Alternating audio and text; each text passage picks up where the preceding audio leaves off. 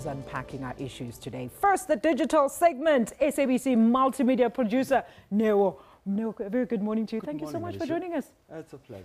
All right. Before we engage, let's welcome the guests on the main panel. We do have media specialist Shani Makari and Mr. Neo Motloung. Gentlemen, what a pleasure to have you both. Morning, Alicia. All right. You know how we do it now. Let's get right to it. What was the biggest hashtag of It's been this a busy week, Very especially when busy. it comes to Zuma. I mean, he survived another motion of no confidence. So we asked the poll on our social media platform, reading President Zuma again survived a motion of no confidence raised against him at the ANC NEC on the weekend. Your thoughts? So those are the questions that we asked people, and 10% of them said good, I support him, while you have 35% of them saying disappointed in the NEC, 36 saying what did anyone expect? I mean, that was a big question on social media, while 19% say I really don't care. Those interesting figures are back at it again.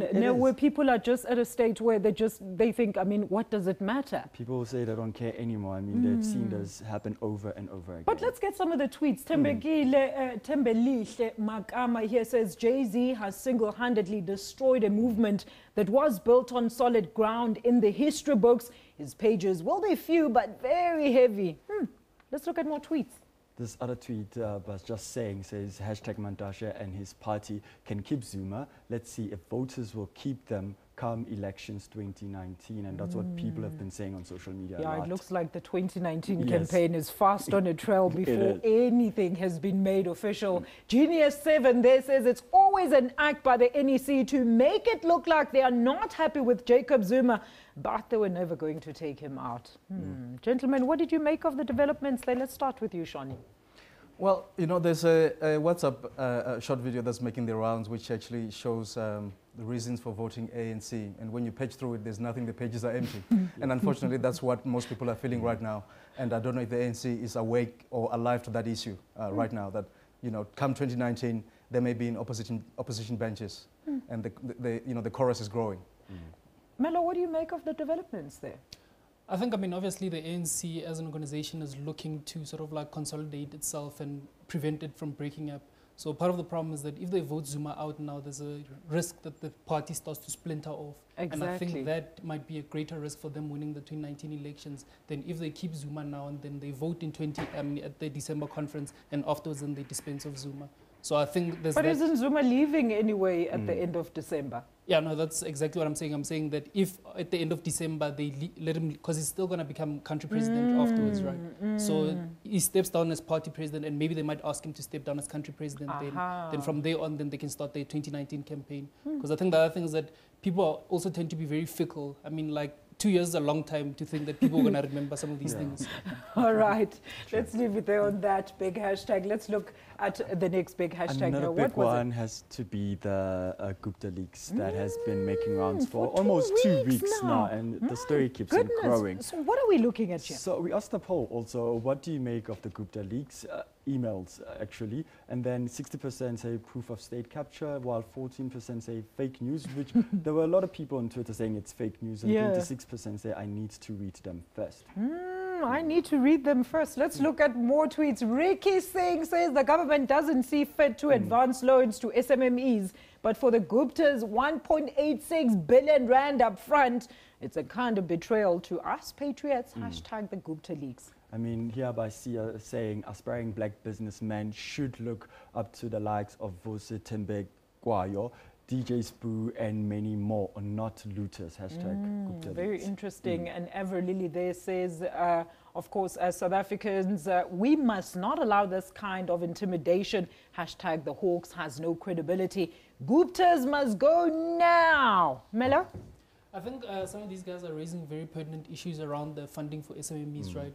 The fact that you sort of like in South Africa, we have a monopolized funding system where very few people tend to get all of the money and then the rest of the people don't get anything. I think that if ever we're trying to sort of transform the economy, we need to move to a model where it's more sort of egalitarian and more people are getting funding and more businesses are being started. And I think this Gupta issue actually points to that problem. Over and above, obviously, the problem with Zuma and Guptas and so on. I think at the fundamental core of a society, that's something that we need to look at. Isn't that what they call radical economic transformation? transformation, Shoni?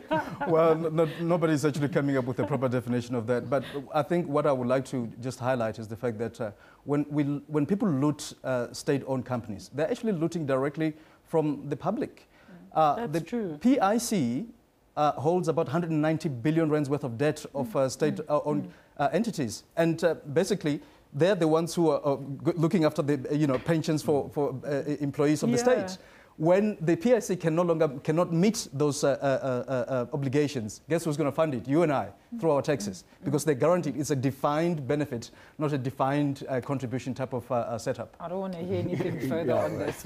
Let's take a look at the last one. This one broke out yesterday. It's Helen Zille. The suspension or non-suspension of... Yeah, I mean, what is the story what is the story?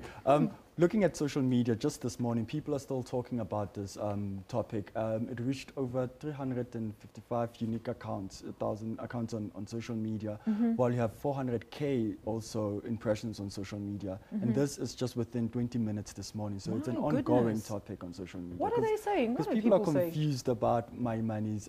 Let's find out what Mpile says there. Helen Zille refused to apologize for offensive tweets about colonialism. This goes to show the extent of their arrogance and ignorance. The following tweet by Benny says, Helen Zille refusing to apologize means she does not recognize Mmusi's leadership and that guy wants to lead South Africa. Concerned citizens. Trev says, DA suspends Helen Zille. Finally, sanity prevailed. I think she must step down as the Premier of the Western Cape too. A very quick one, Mela. I think for me this raises two interesting issues. The first one is that in terms of the DA, right, they've suspended Helen Zille for refusing to apologize and not for the actual tweet itself, which that in itself is very interesting. So are they saying that the tweets are fine but the apology is the problem? And then the second issue there is, for me, I think Mmusi actually messed this up a little bit. I think he's set himself up for a power struggle, and I think he should have avoided that if he was a more astute politician. A very quick one, Shoni. I have to hear from you. Absolutely.